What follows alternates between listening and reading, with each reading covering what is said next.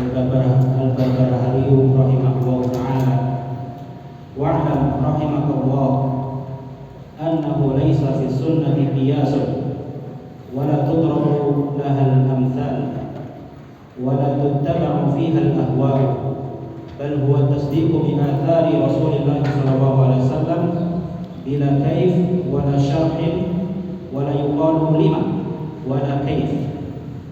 ثم قال الشارح الصالح الشيخ الصالح الفوزان حفظه تعالى: السنة المراد بها هنا العقيدة، لأن هذا الكتاب في موضوع العقيدة، والعقيدة هي السنة، وهذا الكتاب اسمه شرح السنة.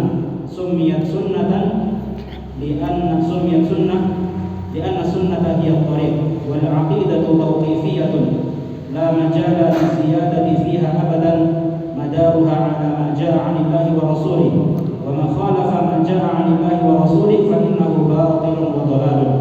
فهذا معنى قول العلماء أن العقيدة توقيفية لا يدخلها القياس، لأن القياس إنما هو في مسائل الفقه، وهي التي يدخلها القياس، وهي أحكام الحلال والحرام.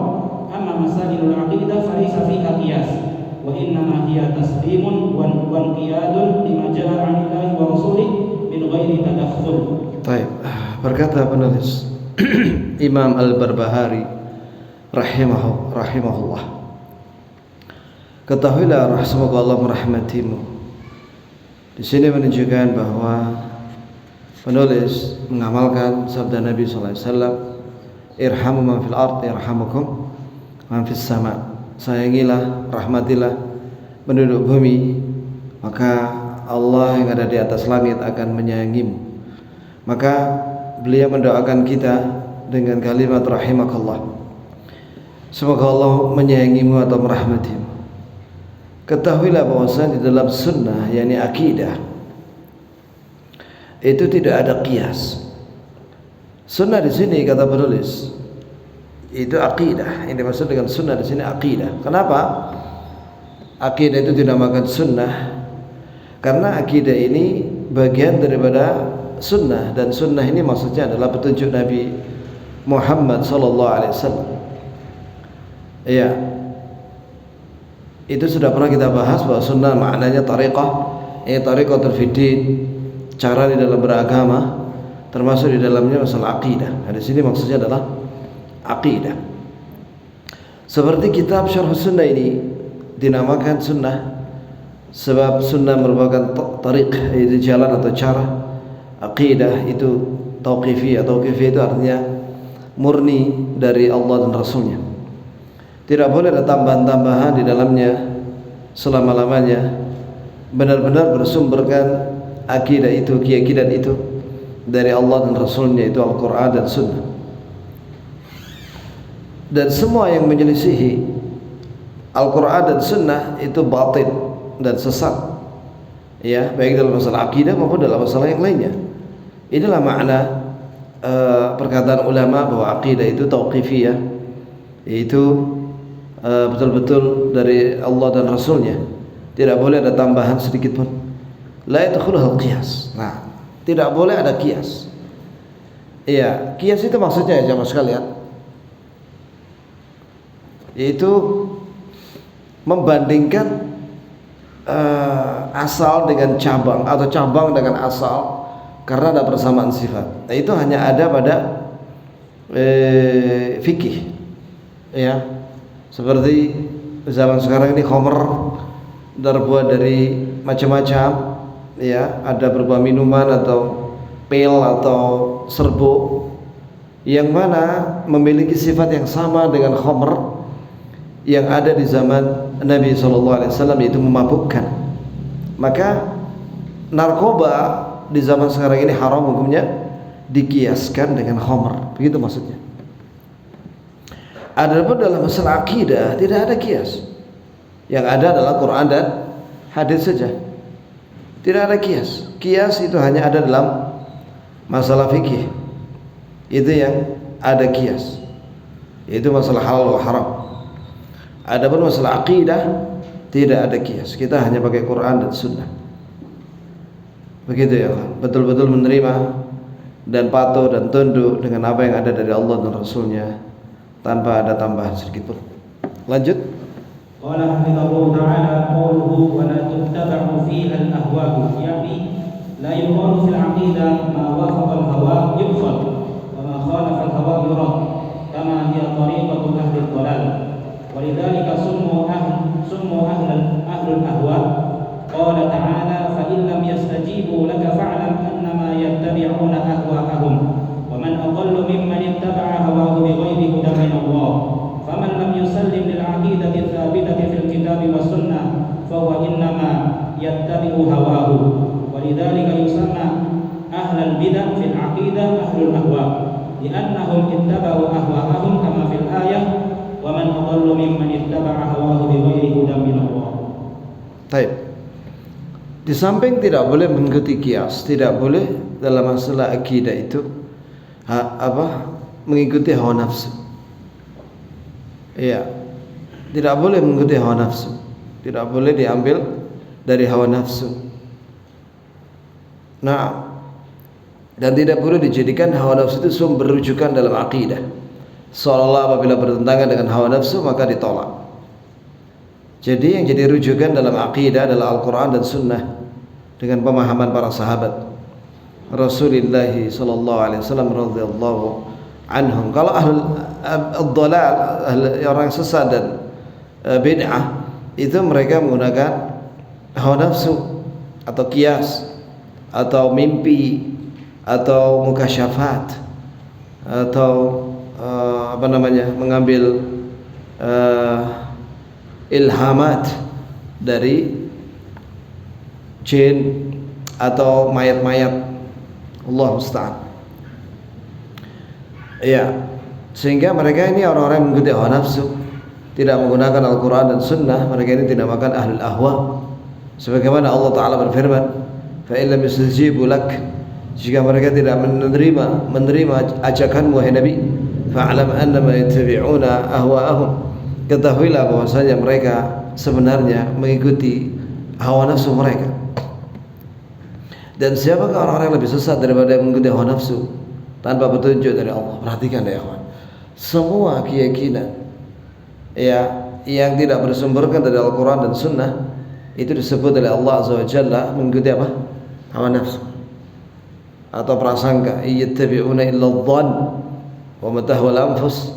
Mereka hanya mengikuti prasangka dan hawa nafsu, walaupun itu dinamakan pemikiran dari akal sehat atau kearifan lokal atau yang semisalnya. Ya, kita berakidah, berideologi umat Islam itu diambil dari Quran dan Sunnah, bukan dari kearifan lokal atau internasional, kearifan internasional. Ya, itu ya.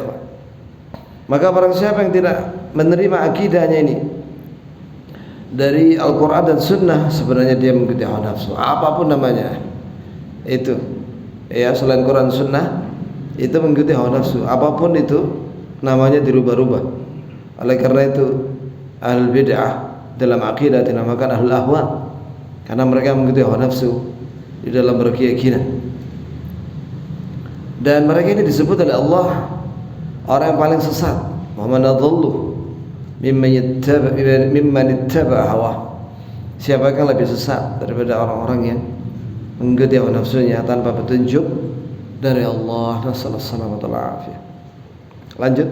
ثم قال المصنف حفظه تعالى قوله بل هو التصديق بآثار رسول الله صلى الله عليه وسلم بلا كيف ولا شرح ولا يقال لما ولا كيف، أي التسليم لأقوال رسول الله صلى الله عليه وسلم في أسماء الله وصفاته وأمور العقيدة بلا شرح، يعني بلا شرح يخالف معناها الصحيح، وهو الشرح الذي يخالف مأثور النصوص. وهذا انتشر في الجهمية والمعتزلة والعشائرة كزعمهم أن المراد باليد القدرة، والمراد بالوجه الذات، والمراد بالاستواء الاستيلاء. هذا شرح باطل، ليس هذا هو معنى هذه النصوص. فقوله بلا شرح يعني بلا شرح باطل، أما شرحها بمعنى بيان معناها الصحيح فهذا حق. ما شاء الله. Alhamdulillah. Akidah diambil dari mengikuti, membenarkan athar, yaitu peninggalan Rasulullah SAW, yaitu Al-Quran dan Sunnah. Bila kaif, ini maksud dengan bila kaif itu menanyakan hakikatnya. Ini hakikat misalnya sifat Allah, itu tidak boleh ya kawan, karena hakikat sifat Allah itu hanya Allah yang tahu. Kita memahami sifat Allah itu berdasarkan makna dalam bahasa Arab, sinonim katanya. Adapun hakikatnya kita nggak tahu.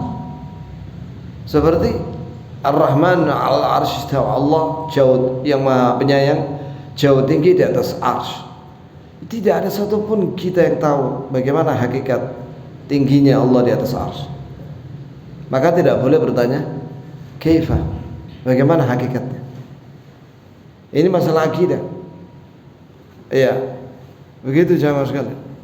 Jadi kita meyakini berdasarkan Al-Quran dan Sunnah dengan memahami maknanya menurut bahasa Arab. Udah itu. Adapun secara hakiki bagaimana, nah itu tidak tahu kita. Maka tidak boleh kita menanyakan bagaimana hakikatnya. Dan tidak boleh pula di sini ya, tapi yaitu betul-betul menerima perkataan Rasulullah SAW dalam nama dan sifatnya dan semua perkara akidah. Dan tidak boleh dengan syarah. Maksudnya syarah di sini kata Syekh Shalih Al-Fauzan, tanpa syarah yang batin. Karena ahlul bidah ketika dia mensyarahkan sifat Allah Azza wa Jalla, mereka itu mentakwil dengan arti yang jauh, tidak mau mengartikan dengan makna secara bahasa Arab yang hak. Itu loh maksudnya. Jadi kita itu mengimani nama dan sifat Allah Azza wa Jalla lafzan wa ma'nan, baik lafaz maupun makna. Secara lafaz kita mengimani, tapi juga secara makna. Ini makna dalam bahasa Arab kita harus mengimani. Jelas ya? Tidak boleh kita hanya mengimani lafaznya tapi maknanya kita enggak mengimani, yaitu mentakwilnya. Nah, seperti tangan Allah diartikan apa? Ditakwil apa sama orang Mu'tazilah dan Asy'ariyah dan Jahmiyah? Diartikan qudrah, kemampuan. Tangan ma'ruf. Ya. Sebagaimana Allah Ta'ala berfirman tentang tangannya, "Wa ma qadarullah haqqa qadrih wal ardu jami'an qabdatuhu yaumal qiyamah was samawati matwiyatun bi yaminihi subhanahu wa ta'ala amma yusyrikun." Mereka orang musyrikin tidak mengagungkan Allah sebagaimana mestinya. Ya, padahal seluruh bumi ini pada hari kiamat dalam genggaman tangannya Allah. Bumi ini ada 7 digenggam oleh Allah. Was samawat matwiyatun bi yaminihi, dan juga langit-langit itu 7 itu dilipat oleh Allah dengan tangan kanannya. Tidak boleh tangan diartikan yang lain. Tangan ya tangan, sesuai dengan kebesarannya dan keagungan Allah Subhanahu wa ta'ala. Yang jelas tangannya Allah maha besar, karena di dalam hadis disebutkan Sahih Bukhari bahwa bumi ini di dalam tangannya Allah, seluruh makhluk di tangannya Allah. Jamil khalq ala dhih, seluruh makhluk di tangannya Allah, langit dan bumi. Allahu Akbar, itu tangannya Allah maha besar. Jamaah sekalian, tidak boleh ditakwil al-qudrah, tidak boleh ditakwil al-qudrah yang artinya kemampuan. Kemudian ada lagi yang mentakwil wajah. Allah punya wajah. Wa yabqa wajhu rabbik dzul jalali wal ikram, dan kekal wajah Rabbmu yang memiliki keagungan dan kehormatan. Maka ahlul ahwa, ahlul bid'ah menafsirkan wajah itu apa? Dengan apa? Zat. Wajah. Ya, jangan diartikan zat. Kita aja, anak kecil aja kalau ditanya, "Mana wajahmu, Nak?" Ini. Nah, kan paham dia wajah. Ini orang Mu'tazilah yang katanya cerdas, nggak paham makna wajah. Wajah dinamakan wajah li'annahu yatawajjah fil khitab. Wajah dinamakan wajah karena kalau berbicara itu nampak itu wajahnya. Dari mulai dahi sampai dagu, dari mulai telinga sampai telinga. Itu wajah. Masa wajah artinya dengkul? Bisa. Orang Mu'tazilah dan lain-lain itu mentakwil, merubah makna yang sudah jelas menjadi jauh. Begitu pula istiwa. Istiwa dalam Al-Quran, Ar-Rahmanu 'alal 'arsy istawa. Allah yang Maha Penyayang jauh tinggi di atas arsy. Jadi istawa ala itu artinya ala wartafa. Menurut penjelasan Imam Bukhari, ya, sebagaimana dalam Sahih Bukhari menukil dari seorang tabi'i dengan sanad sampai kepada tabi'i bahwa istiwa ala itu artinya ala wartafa menurut bahasa Arab, tinggi dan meninggi. Jadi Allah jauh tinggi di atas arsy, bukan duduk di arsy. Allah tidak nempel di arsy, tapi jauh tinggi di atas arsy. Tiba-tiba sama orang Asy'ariyah, Maturidiyah dan Mu'tazilah diartikan istila atau istaula. Ya, istila itu artinya menguasai. Tidak ada dalam bahasa Arab kalimat istawa ala sinonim dengan istaula, itu tidak ada. Yang ada adalah ala wartafa. Ini kita harus pahami ya. Sehingga orang-orang Mu'tazilah ketika mentakwil istawa ala diartikan istaula atau istila, itu penjelasan yang batil, keliru, dan itu berbahaya. Ketika dia menolak bahwa Allah di atas arsy, akhirnya mereka ini mengatakan bahwa Allah di mana-mana. Akhirnya mengatakan apa? Allah di mana-mana. Zatnya di mana-mana. Apa hukumnya mengatakan Allah zatnya di mana-mana? Ada dua pendapat ulama. Pendapat yang pertama mengatakan murtad. Orang yang mengatakan Allah zatnya di mana-mana murtad. Itu seperti keyakinannya kaum Wahdatul Wujud yang mengatakan bahwa Allah itu ada di seluruh makhluk. Murtad. Sedangkan orang Nasrani mengatakan bahwa Allah ada di dalam jasadnya Nabi Isa, itu aja udah murtad. Apalagi mengatakan Allah di seluruh makhluk. Ada di babi, ada di anjing, ada di jubahnya pastor dan lain-lain. Na'udzubillah minal kufur wasyirk. Jadi yang dimaksud dengan tidak boleh disyarakan, ya ini tidak boleh disyarakan dengan takwil atau tahrif. Takwil itu artinya jauh, tidak sesuai dengan makna dalam bahasa Arab. Tahrif itu artinya merubah maknanya atau lafadznya dirubah. Wal'iyadu billah.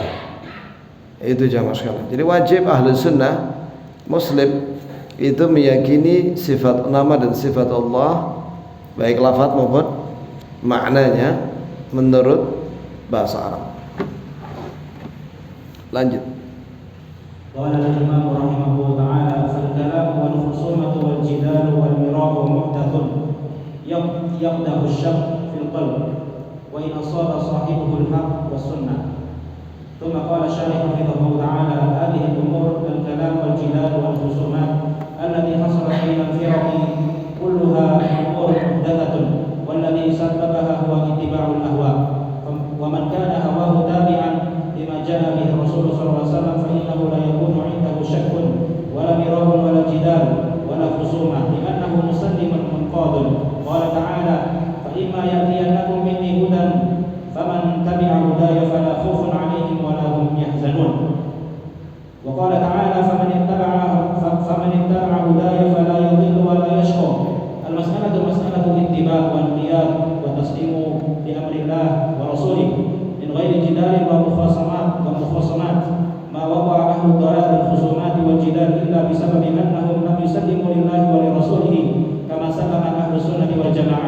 ولذلك تجدون أهل السنة والجماعة ولله الحمد متحدين ليس بينهم اختلاف في أمر العقيدة إنما الخلاف عند الفرق الضالة قال تعالى وإن تولوا فإنما هم في شقاق فسيكفيكهم الله وهو السميع العليم ومصداق هذا في آية أخرى قال تعالى ولا تتبعوا السبل فتفرق بكم عن سبيله ذلكم وصاكم به لعلكم تتقون. Sahih.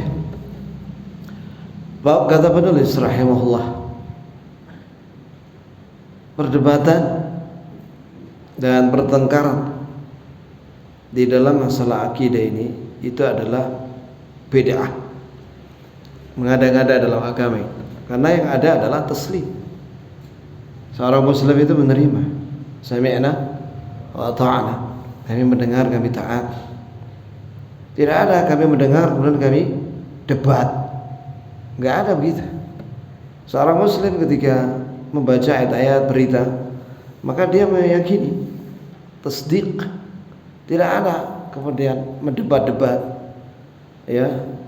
Kemudian kenapa? Karena mendebat itu sebabnya adalah mengikuti hawa nafsu, tidak mengikuti dalil.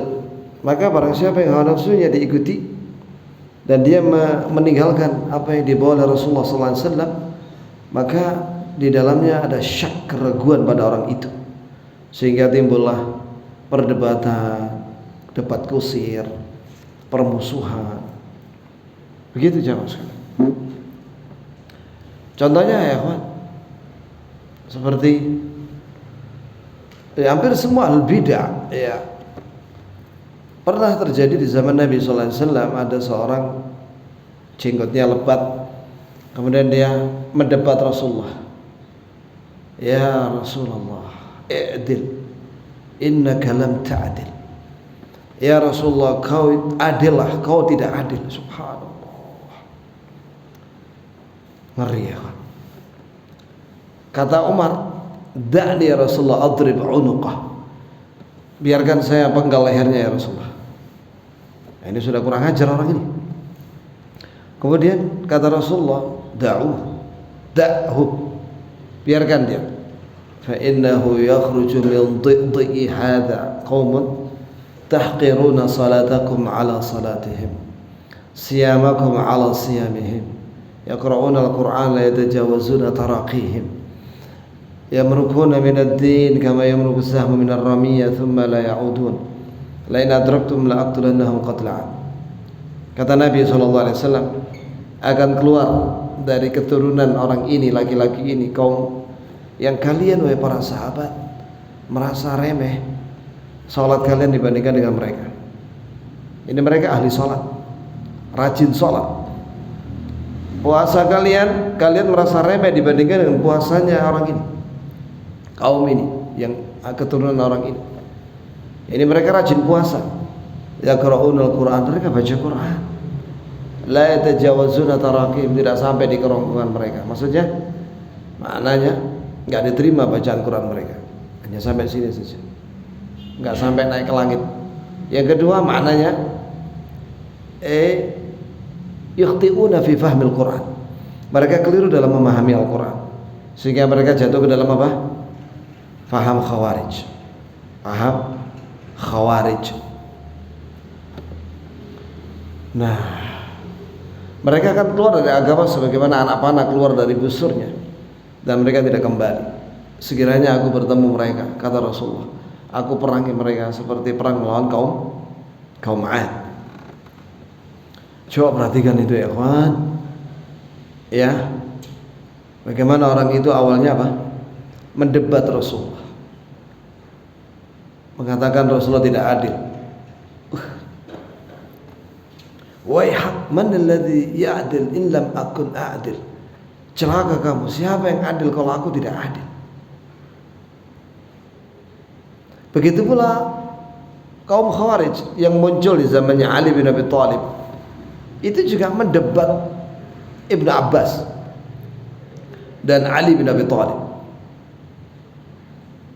Gak terima mereka dengan nasihatnya Ibnu Abbas. Ketika Ali menyatakan serahkan pembunuh kalian yang membunuh Abdullah bin Khabbab bin Ard dan istrinya dan janinnya yang dikandung oleh istrinya, serahkan sini saya mau kisos. Katanya mereka, kami semua pembunuhnya. Jadi mereka berdebat sahabat. Nah, sahabatnya didebat, apalagi kita orang. Saya tahu orang-orang yang Khawarij itu ya, antum kalau tahu ya Khawarij ya. Di Timur Tengah, kelompok ISIS, Al-Qaeda itu gak dianggap. Syekhul Islam bin Taimiyah gak dianggap sama mereka, dikafirkan bin Taimiyah. Syekh Muhammad bin Abdul Wahab gak dipakai sama mereka. Kemudian siapa lagi? Syekh bin Bas, apalagi Ibnu Utsaimin, Syekh Albani, itu dilecehkan sama mereka. Padahal mereka ini juhala, orang bodoh, gak ada ilmu sama sekali. Tapi mereka pakai hawa nafsu untuk mengkafirkan para ulama senior. Itu dengan hawa nafsu mereka, bukan dengan ilmu. Nah itu saya tahu orangnya ya. Pernah saya debat sama kelompok Khawarij dari Timur Tengah. Saya bilang, kalian mengkafirkan Syekhul Islam? Saya tanya dalam bahasa Arab, mana hasil karyamu? Saya tanya dalam bahasa Arab, kau mengkafirkan Syekhul Islam bin Taimiyah, mana karya tulismu yang diakui? Bahkan ada orang, mereka orang Arab tapi jahil, itu pernah diwawancarai oleh wartawan. Menurut Anda, kata wartawan, apakah semua orang kafir? Penguasa, iya kafir semua kafir. Nah yang kafir yang tidak kafir siapa? Saya dan teman-teman saya, katanya. Allah Ustaz, ya Allah. Kalau bahasa Malangnya sok tahu, ya itu ya Allah Ustaz. Tapi jahil minal murakkab, jahil kuadrat. La ilmu wala akhlak, tidak ada ilmu wala akhlak. Tapi berani mengkritik Syekhul Islam bin Taimiyah. Anda tahu Syekhul Islam bin Taimiyah yang punya kitab Majmu' Fatawa segini ya, 37 jilid. Itu kata Syekh Ibrahim, Profesor Dr. Ibrahim Ar-Ruhaili, saya setiap mau tidur saya baca itu, saya ulang-ulang. Profesor Dr. Ibrahim Ar-Ruhaili cerita waktu daurah, sampai dia tidur baru bukunya diletakkan di sampingnya. Begitu ulama kita baca buku Majmu' Fatawa. Lah ini arek enom iki tiba-tiba mengkafirkan Ibnu Taimiyah, ya Allah.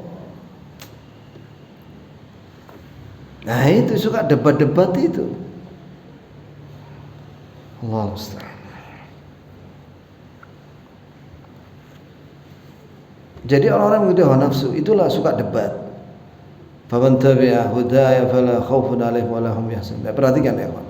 Allah memuji orang yang selamat itu adalah orang-orang yang betul-betul mengikuti petunjuk Allah, Quran Sunnah. Itu yang selamat. Fala khaufun 'alaihim wa la hum yahzanun. Tidak perlu takut dengan apa yang terjadi di masa mendatang, dan tidak perlu sedih dengan apa yang terjadi di masa lalu. Dan juga fala yadhillu wa la yashqa. Mereka tidak akan sesat dan tidak akan celaka dunia akhirat. Yang penting tajarrud lil haq, benar-benar mengikuti al-haq dari Allah, yaitu wahyu Allah Azza wa Jalla, Quran dan Sunnah. Jadi kita itu ittiba aja deh, ngikuti aja ya. Dan juga dengan penjelasan ulama, tentunya ulama rabbaniyin, ulama ahlu sunnah rabbaniyin, thiqat, yang terpercaya, yang adil. Maka kita mendengar dari mereka, mengambil manfaat dari ilmu mereka, termasuk Syekh Shalih Fauzan di sini. Adapun orang yang mengikuti hawa nafsu dan tidak mau ittiba, mengikuti, disebut oleh Allah fa in tawallaw wa in tawallaw fa innahum fi shiqaq. Jika mereka berpaling dari kebenaran, sesungguhnya mereka itu syiqaq, mereka dalam pertentangan, perdebatan kusir di antara mereka. Fasayakfikahumullah, maka Allah akan mencukupi atas mereka, dikalahkan mereka itu. Wa huwas samiul alim, dan Allah Maha mendengar lagi Maha mengetahui. Coba perhatikan ya, orang-orang yang ini kaumnya para nabi dan para rasul dahulu, mereka itu ternyata tukang debat yang menentang. Antum cek kisah mereka dalam surat Hud, ya, tentang Nabi Hud alaihissalam, dan juga tentang Nabi Nuh alaihissalam, tentang Nabi Saleh alaihissalam dengan kaumnya. Itu rata-rata nabi-nabi itu didebat sama mereka. Suka debat, Rasul aja didebat, apalagi yang dibawanya Rasul. Ya, ini ciri-ciri ahlul ahwa. Lanjut. ثم قال الشارح حفظه تعالى قوله وإن أصاب صاحبه الحق والسنة أي فهو مخطئ لأنه أصابهما من غير الطريق الصحيح، لأن الطريق الصحيح هو التسليم وعدم الخوض والجدال والمراء الذي يشحن القلوب ويبعث على الأحقاد، ويبعث أيضا على أشد من ذلك وهو التكفير، لأن الفرق الضالة يكفر بعضها بعضا ويضلل بعضها بعضا. قال تعالى كل حزب بما لديهم فرحون، كل واحد يعتبر أن ما هو عليه هو الصحيح. أما أهل السنة والجماعة الذين سلموا الأمر وانقادوا فإنهم لم يحصل بينهم خلاف ولله الحمد، ولا يكفر بعضهم بعضا ولا يضلل بعضهم بعضا، بل يثني بعضهم على بعض ويقتدي بعضهم ببعض بأنهم على طريق صحيح. إنما تحصل الإحن والأحقاد والتكفير والتضليل بسبب مخالفة الحق والأخذ بالآراء والأفكار. لا شك أن كل واحد يريد أن ينتصر لرأيه ولا يقبل أن تقول له أنت مخطئ. معنى هذا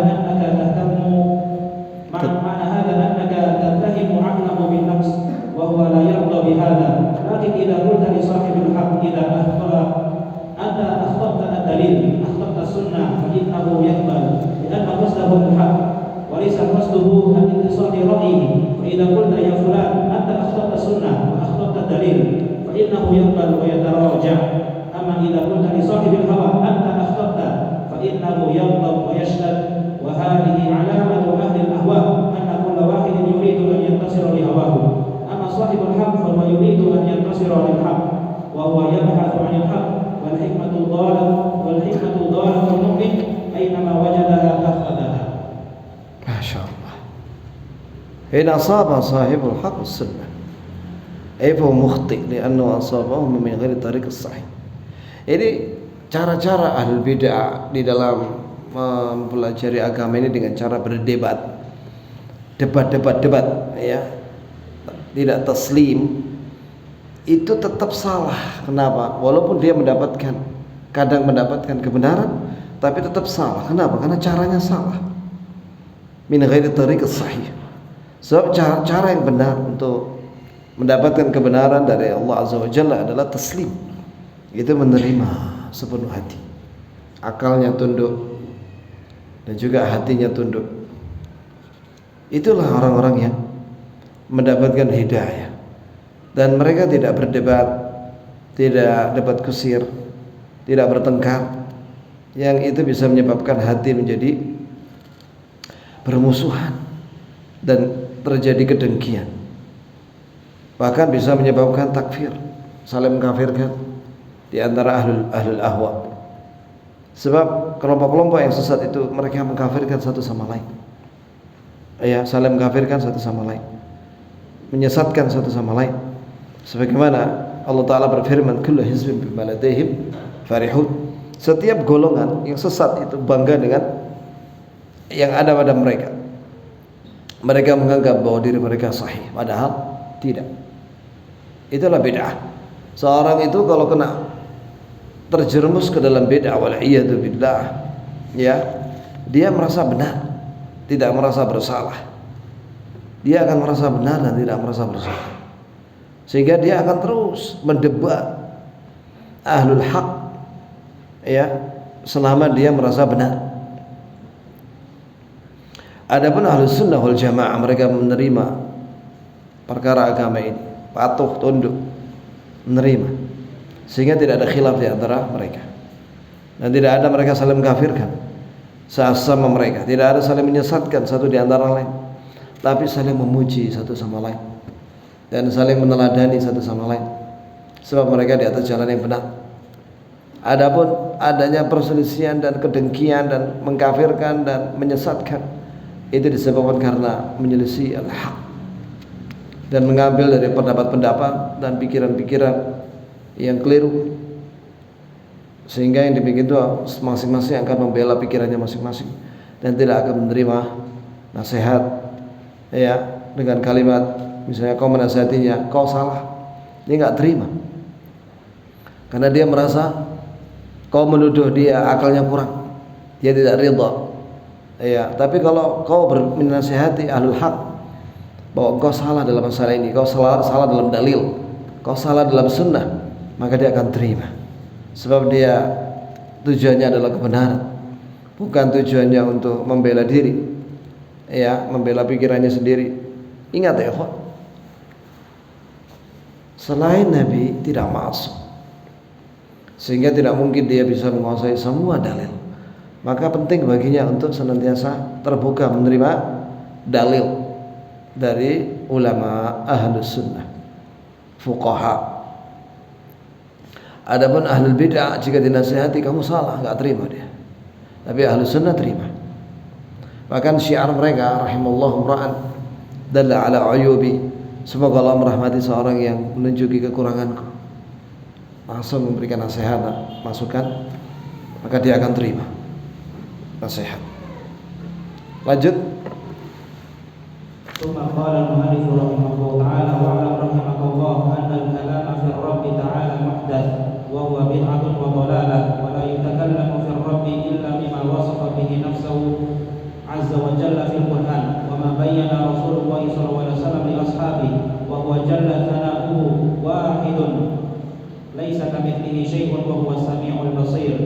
ربنا أول بلا متى وآخر بلا منتهى يعلم السر وأخفى وهو على عرشه استوى وعليه بكل مكان وعلمه بكل مكان ولا يخلو من علمه مكان. ما شاء الله.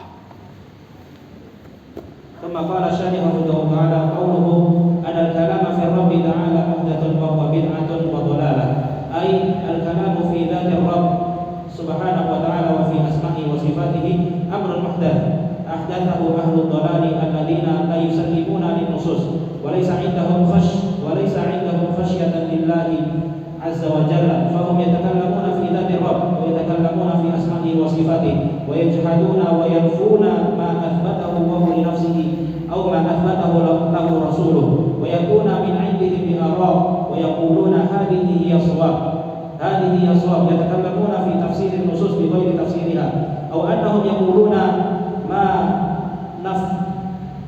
ما نفهمها ونفوضها إلى الله ويصير كلام الله وكلام رسوله بمنزلة الكلام الأعجمي الذي لا يفهمه العرب. فالواجب على المسلمين أن يستمروا مع الطريق الصحيح وعلى طريق السلف وألا يلتفتوا لهؤلاء المضللين الذين يجادلون في الله بغير سلطان أتاهم، يجادلون في القرآن ويجادلون في السنة شأنهم الجدال، فهؤلاء يجب الحذر منهم. هؤلاء ليسوا متبعين وإنما هم مبتدعون يتبعون أهواءهم. Masya Allah. Kata penulis rahimahullah, ketahuilah, semoga Allah merahmatimu, bahwasanya membicarakan dengan dalam-dalam tentang zat Rabb Allah itu adalah bid'ah, mengada-ngada, itu sesat. Ya, ini maksud dengan bid'ah berbicara tentang Rabb di sini zat, berbicara tentang zat Allah dengan detail tanpa dalil. itu terlarang dalam agama. Ya. Begitu pula tentang nama-nama dan sifatnya tanpa dalil Quran dan Sunnah, tapi dengan semata-mata akal, itu juga perkara yang muhdats, mengenai dikarang-karang dalam agama, yang dikarang oleh ahlul dhalal yang tidak menerima dalil dan mereka tidak takut sama Allah. Maka mereka berbicara tentang zat Allah. Antum pengen tahu contohnya ya kan? Mereka mengatakan bahwa zat Allah itu atau bicara tentang posisi Allah, posisi zatnya Allah. Allah tidak di dalam alam, tidak di luar alam, tidak di atas, tidak di bawah, tidak di kanan, tidak di kiri, tidak lahir, tidak batin. Jadi kesimpulannya apa? Allah tidak ada. Ngeri kan mereka itu? Atau mereka mengatakan bahwa zat Allah tidak ada warna, tidak ada rasa, tidak ada bau dan lain sebagainya. Pokoknya mereka ngarang-ngarang sendiri dengan akal. Nah itu bid'ah, itu nggak boleh ya. Kita tidak boleh berbicara tentang Allah, zat maupun nama dan sifatnya, kecuali yang disebut oleh Allah dan Rasul dalam Al-Quran dan hadis. Kemudian jemaah sekalian,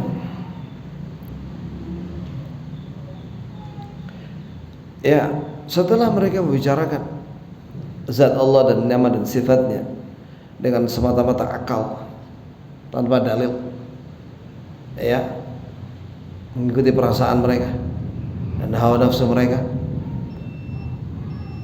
Adzan dulu ya.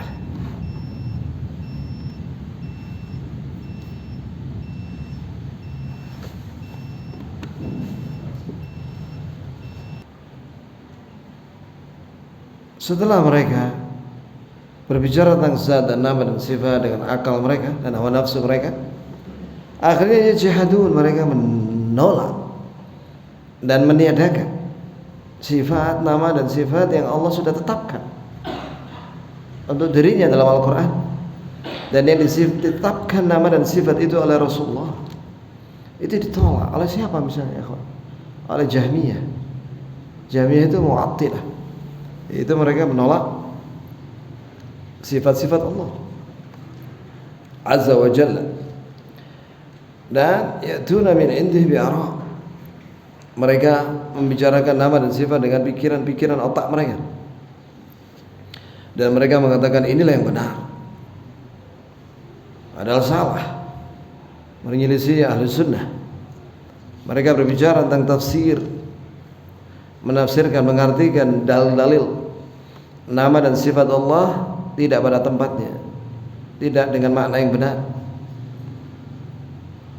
Terus atau mereka mentafwid. Mentafwid itu artinya apa? Itu menyerahkan maknanya kepada Allah. Ahlus Sunnah mengatakan, lah, kita enggak mentafwid makna. Kita tidak menyerahkan maknanya kepada Allah. Kita memahami nama dan sifat sesuai dengan maknanya dalam bahasa Arab, karena Allah menurunkan wahyunya dalam bahasa Arab. Kita bisa paham itu nama dan sifat Allah dengan bahasa Arab, bukan kita menyerahkan maknanya kepada Allah.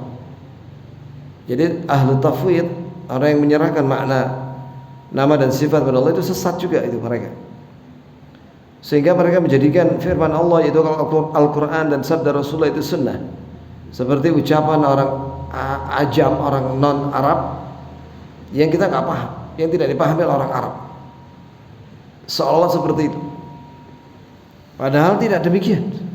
Al-Quran dan Sunnah itu dengan bahasa Arab dan dipahami oleh orang Arab. Ya, tapi Arab yang mana nih? Arab yang dulu ya, akhi. Orang Arab yang itu para salafus saleh dengan pemahaman yang benar. Maka wajib bagi kaum muslimin untuk terus konsisten di atas cara yang benar ini, cara salaf di dalam memahami Al-Quran dan Sunnah, termasuk sifat, nama dan sifat Allah. Jangan noleh sama sekali kepada mereka ini yang menyesatkan umat, yang mendebat tentang nama dan sifat Allah dan nama Allah tanpa ilmu, mereka mendebat Al-Quran, mendebat As-Sunnah. Pokoknya urusan mereka debat. Maka hati-hati dengan mereka. Saya kasih contoh satu ya kawan, namanya Wasil bin Atha. Dia ini tokoh Mu'tazilah yang pertama, hidup di zamannya tabi'in. Waktu di zamannya Hasan al-Basri, seorang tabi'i, dia bertanya, ya Imam, ma qauluka fi al-mu'min mata al-kabirah? Bagaimana pendapatmu orang mukmin muslim mati membawa dosa besar selain syirik? Sebagaimana jawaban para ulama ahli sunnah, Hasan al-Basri mengatakan, yakni bisa jadi dia diampuni oleh Allah, orang yang melakukan dosa besar ini selain syirik, dengan taubatnya atau dengan amalan soleh yang lainnya. Yang kedua, bisa jadi dia disiksa dulu di neraka, dibersihkan dari dosa-dosa. Maka Wasil bin Atha mendebat gurunya, yaitu Hasan al-Basri, didebat oleh muridnya Wasil bin Atha. Kata dia, menurut saya, katanya, orang yang mati dalam keadaan membawa dosa besar selain syirik, dia itu bukan muslim, bukan kafir. Maka dia posisinya di satu tempat dari dua tempat, yaitu bukan muslim, bukan kafir. Mana dalilnya? Pakai akal ya. Ya. Kemudian apa nih? Kata Hasan al-Basri, laqad i'tazaltum. Kamu telah apa? I'tizal itu artinya menjauh dari kita, menjauh dari pemahaman kita, yaitu pemahaman salaf. Akhirnya mereka dinamakan apa? Mu'tazilah, yang menyempal dari kebenaran, menyempal dari ahli sunnah. Mereka banyak setelah itu. Sebelum Imam Syafi'i datang, Imam Syafi'i kan setelah ini, dia termasuk generasi atba'u at-tabi'in atau tabu'ul atba'. Di Baghdad itu banyak orang Mu'tazilah. Kata penulis, siapa namanya itu? Abu Thawr. Sebelum Imam Syafi'i datang, di Masjid Jami' Baghdad itu ada 21 halaqah Mu'tazilah. Satu masjid ada 21 majelis Mu'tazilah. Ketika Imam Syafi'i datang, bubar mereka, tinggal 3. Sisanya itu duduk sama Imam Syafi'i. Abu Thawri termasuk Mu'tazilah dulu, yang duduk dengan Mu'tazilah. Ketika kami duduk dengan Imam Syafi'i, fa'adlamani biqaulillah wa qaulir rasul. Ini ucapan Imam Syafi'i selalu ayat, hadis, ayat, hadis, ayat, hadis. Tidak bisa ngomong. Fataraktu i'tizal. Maka aku tinggalkan paham Mu'tazilah. Aku ikuti sunnah. Ini ceritanya Abu Thawr, muridnya Imam Syafi'i, mantan simpatisan Mu'tazilah. Maka di sini menunjukkan bagaimana wibawanya seorang imam ahli sunnah, yaitu Imam Syafi'i. Begitu datang ke Masjid Jami' Baghdad, bubar pengajian mereka yang tadinya 21 majelis menjadi berapa? 3. Yang lainnya ikut Imam Syafi'i. Ya, demikianlah ya ikhwan. Insyaallah kita akan sambung lagi di lain kesempatan biidznillah taala. Ada pertanyaan? Nama Syamil. Syamil? Tidak ada. Apakah Allah punya nama Syamil? Tidak ada. Allahu a'lam. Saya belum pernah dengar itu nama Allah Asy-Syamil, yang artinya menyeluruh.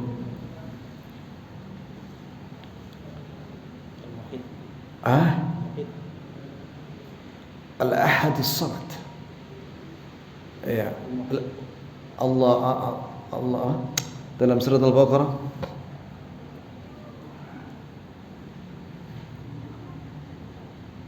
والذين كفروا وماتوا وهم كفار أولئك عليهم لعنة الله والملائكة والناس أجمعين خالدين فيها لا يخفف عنهم العذاب ولا هم ينظرون وإلهكم إله واحد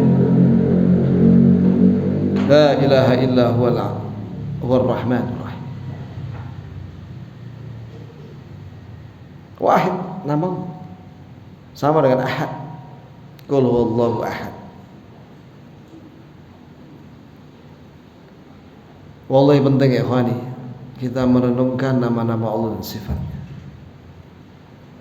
Wallahi kalau kita setiap hari mempelajari nama Allah dan sifat menurut penjelasan ulama salaf sampai mati, insya Allah selamat kita, dicintai oleh Allah. Membicarakan nama Allah dan sifatnya berdasarkan Al-Quran dan Sunnah, nafyan wa itsbatan, baik yang ditiadakan oleh Allah maupun yang ditetapkan oleh Allah. Tapi kalau orang membicarakan manusia, ngerasani wong, dosa tok.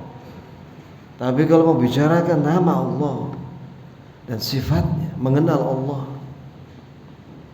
wallahi kita tidak akan menyesal. Karena kita diciptakan di dunia untuk mengenal Allah. Subhanakallahumma bihamdik, asyhadu an la ilaha illa anta, astaghfiruka wa atubu ilaik.